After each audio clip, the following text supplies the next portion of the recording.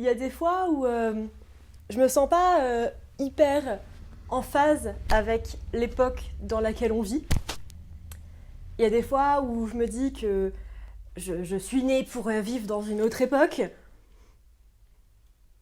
Et puis de temps en temps, il y a des trucs comme ça qui sortent et qui te font comprendre que si en fait t'appartiens complètement à ton époque.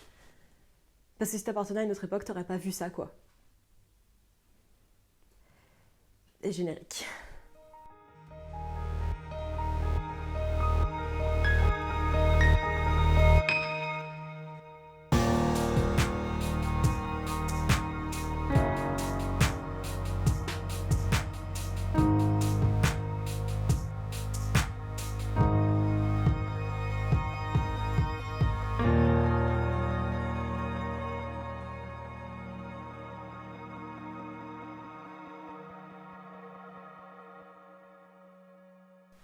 Bonjour à tous, je suis Noémie, bienvenue sur Horizon Universe et bienvenue dans cet HO. Je crois le HO le plus HO que j'ai jamais achoté dans toute ma vie. Parce que littéralement, je rentre du cinéma, j'ai encore mes chaussures, j'ai encore ma veste, j'ai pas retouché mon maquillage, j'ai même pas mis en place mes lumières. Je suis rentrée, j'ai couru sur... Là, je me rends compte d'ailleurs que... Tac, voilà, mieux. J'ai couru mettre ma caméra parce que je viens de voir The Creator de Gareth Edwards. Et putain, c'est un des plus beaux films que j'ai vu de ma vie. C'est un des films... Je suis quelqu'un de très émotif dans la vie de tous les jours. Je suis parfaitement en phase avec mes émotions. Je ris quand j'ai envie de rire, je pleure quand j'ai envie de pleurer. Je suis quelqu'un de très sensible dans tous les sens du terme, qu'ils soient mauvais ou bons. C'est-à-dire que je suis capable de beaucoup d'amour comme de beaucoup de colère et de beaucoup aimer quelque chose comme de beaucoup le détester. Et voilà, dans les deux cas, je suis quelqu'un qui est vraiment très qui ressent plein d'émotions et qui n'a aucun souci à les montrer en vrai. Ceci dit, c'est très rare que je fonde en larmes devant un film ou devant un livre ou devant n'importe quel produit culturel médiatique. Avoir une larme à l'œil, oui. Fondre en larmes de désespoir et de beauté et d'amour et de tout ce qu'il y a dans ce film, c'est très rare. Ça m'est arrivé, c'est pour ça que j'aime autant Children of Time, et c'est pour ça que j'aime autant la science-fiction en règle générale, ça m'est déjà arrivé, mais c'est très rare. Et là, c'est arrivé. La dernière grosse demi-heure du film, j'étais tellement pleine de un bouillon d'émotions que vraiment j'ai eu plusieurs fois la larme en me disant je gère, je suis bon. La fin, je me suis retrouvée vraiment, mais vraiment honnêtement, j'étais comme ça et j'étais en train de, je pense d'ailleurs que ça peut-être qu'avec la lumière ça se voit pas trop, mais vraiment genre je suis rentrée chez moi, j'habite à 10 minutes de mon cinéma à pied. Je suis rentrée chez moi à pied en pleurant toutes les larmes de mon corps, en essayant de remettre un peu de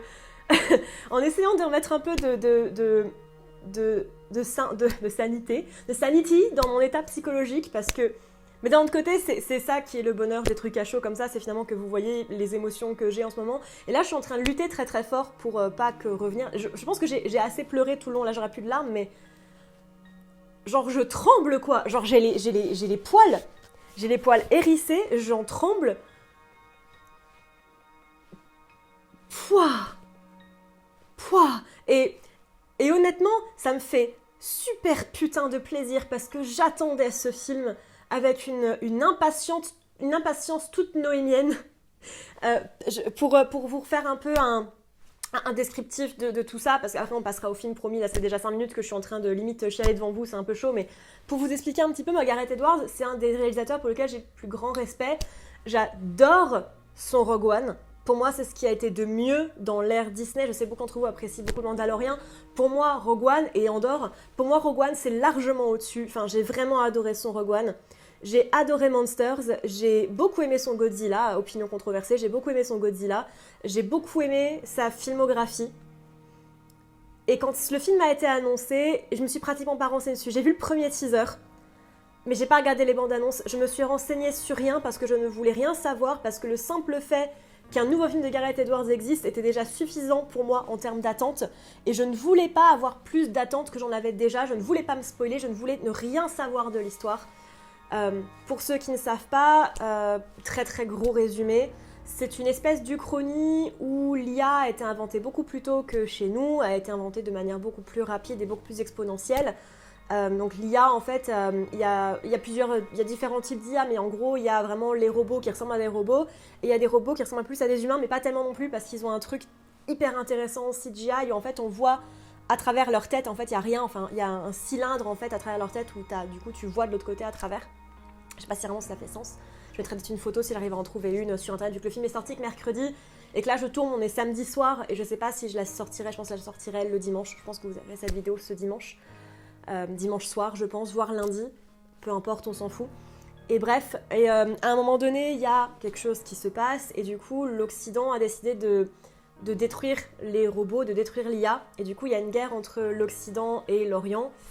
C'est pas très subtil, mais en soi c'est beaucoup plus subtil que ça n'en a l'air quand on le dit comme ça. En tout cas dans le film c'est beaucoup mieux traité. Et du coup l'Occident essaie de détruire les IA et les robots pour éviter qu'il y ait une nouvelle fois cette chose horrible qui s'est passée, parce que c'est vraiment une chose horrible qui s'est passée, mais cette chose horrible qui s'est passée. Et du coup il y a vraiment une très très grande détestation, une peur viscérale de l'IA et du robot. Et du coup on suit un monsieur, un militaire qui a perdu beaucoup pendant cette horrible dévastation, qui du coup a aussi voué à détruire le robot et à détruire l'IA. Et en fait, il y a, comme vous vous en doutez un petit peu dans ce genre d'histoire, il y a toute sa remise en question, il y a une grosse remise en question de sa part sur sa manière de voir le monde, sa manière de voir l'autre avec un grand A. Voilà pourquoi j'aime autant ce film, voilà, je peux sortir cette putain de thématique qui est ce que j'aime en SF. Et en fait, ça, là, comme vous voyez, là, cette émotivité, c'est le côté avoir du mal à parler et être complètement mindfuck et tout ça, c'est pour ça que j'aime la SF. C'est positif, ça. C'est vous dire à mon niveau de mental. C'est positif, ça. C'est pour ça que j'aime autant la SF, putain. C'est parce que ça me fait ressentir des trucs que j'ai jamais ressentis ailleurs. C'est pour ça que j'aime autant la SF. C'est pour ça que j'ai fait cette chaîne. C'est parce que je n'ai jamais ressenti ça ailleurs, et il n'y a que la SF qui est capable de me faire ressentir ce genre de choses, d'avoir ces thématiques-là. Je veux dire, putain, le transhumanisme, merde, si vous me connaissez un peu, et je pense que vous le faites maintenant que vous êtes là depuis quelques temps pour certains, l'IA, l'autre, le transhumanisme, c'est littéralement les trucs qui me font le plus, mais bander, vraiment. Et là, j'ai été, mais on m'a servi de l'or et des grenats devant moi, et bordel, enfin, je sais pas si Gareth Edwards a vécu dans ma tête, mais ce film, il est fait pour moi, quoi. C'est... Oh, bordel. Et bref, du coup, thème de l'autre, très très important, thème de l'IA, thème du transhumanisme, beaucoup de thèmes autour de la parentalité, autour du couple, de la confiance aussi.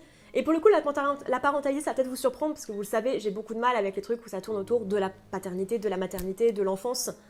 J'ai trouvé que c'était fait de manière tellement subtile et tellement belle et tellement... et hyper horrible en même temps. Je veux dire, ce film est ultra cruel. Il te fait pas de cadeau, quoi. Il est ultra violent. Alors, on voit pas forcément de sang, c'est pas cette violence-là. Alors, il y a des violences, genre des morts. Il y a des morts qui sont extrêmement violentes, que ce soit envers des militaires ou des civils. Enfin, je veux dire, le film se cache pas de montrer à quel point, quand il y a un conflit armé, les civils ne sont rien. Je pense qu'on l'a vu Enfin, on l'a toujours vu, parce que c'est un peu le truc de l'humanité, mais... les civils ne sont rien. Si tu es de l'autre côté, tu n'es plus un humain, même si tu es un humain. J'ai trouvé ça, mais tellement violent, la manière dont c'est présenté, où vraiment, t'as ce côté... même si tu es un humain, voilà, il y a des humains qui sont du côté des robots. L'Orient, en tout cas, a un côté beaucoup plus proche des robots. Il y en a qui sont en couple avec des robots. Enfin voilà, c'est un côté beaucoup plus... une symbiose qui est beaucoup plus importante. Même si tu es un humain... puisque tu es du côté du robot, tu n'es plus de notre côté à nous.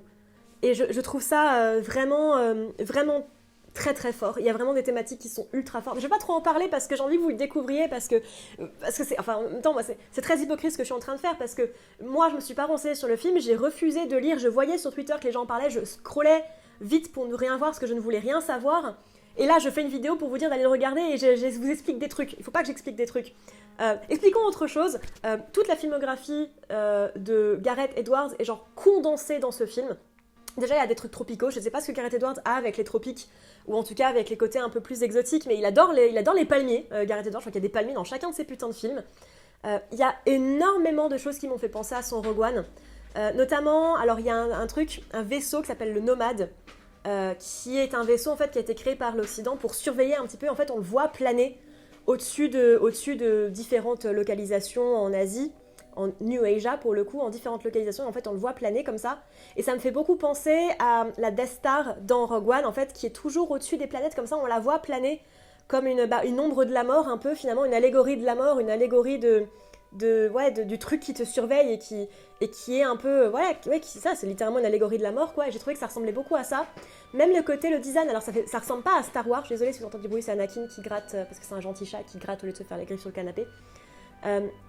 C'est pas que ça ressemble à des choses, à des vaisseaux de Star Wars, en fait, le côté très maquette qui a été, je pense que ils avaient fait ça pour Rogue One, je pense qu'ils ont fait la même chose là, c'est très clean, c'est vraiment une maquette qui a été numérisée et qui a été ensuite mise en CGI, c'est ultra clean, enfin, ça me fait vraiment penser à ça. Certains robots aussi ont des aspects qui ressemblent énormément à des robots de Star Wars, notamment, alors pour le coup, je suis désolée, comme je suis pas non plus dans mon état d'esprit le plus sain possible, le robot qui est dans Rogue One, du coup, et qui aide Cassian et tout ça, qui est un robot de l'Empire qu'ils ont réussi à tourner, je sais plus du tout comment il s'appelle, mais du coup, il y a des trucs qui ressemblent un petit peu à lui.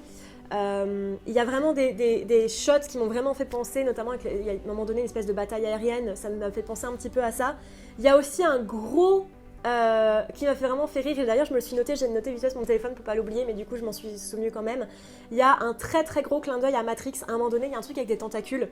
Enfin, c'est pas un truc, c'est un robot avec des tentacules, et là, très très gros clin d'œil à Matrix pour le coup, si vous connaissez notamment le deuxième et troisième film. Ça m'a vraiment beaucoup fait penser à ça. Alors ça dure vraiment 30 secondes, mais très très cool. Les acteurs sont absolument fantastiques. Très contente de voir Ken putain de Watanabe dans un film SF. J'adore Ken Watanabe, il est fantastique et très contente de le voir. Ce mec ne vieillit pas, il est toujours fantastique dans tout ce qu'il est, mais il y a vraiment des gueules dans ce film. Tous les acteurs ont vraiment une tête ultra mémorable, même ceux qui sont le plus au second plan. J'aime beaucoup par exemple la militaire, dont je ne sais plus le nom, mais il y a une personne, voilà, c'est cool de voir une femme, alors âgée entre guillemets, elle doit avoir 55 ans, c'est loin d'être âgée, mais pas une femme de 20 ans qui joue un rôle militaire, qui est une femme un peu plus mûre et un peu plus, voilà, j'ai trouvé ça très très cool. En règle générale, il y a vraiment des gueules et aussi une diversité ethnique et sexuelle qui est hyper cool à voir.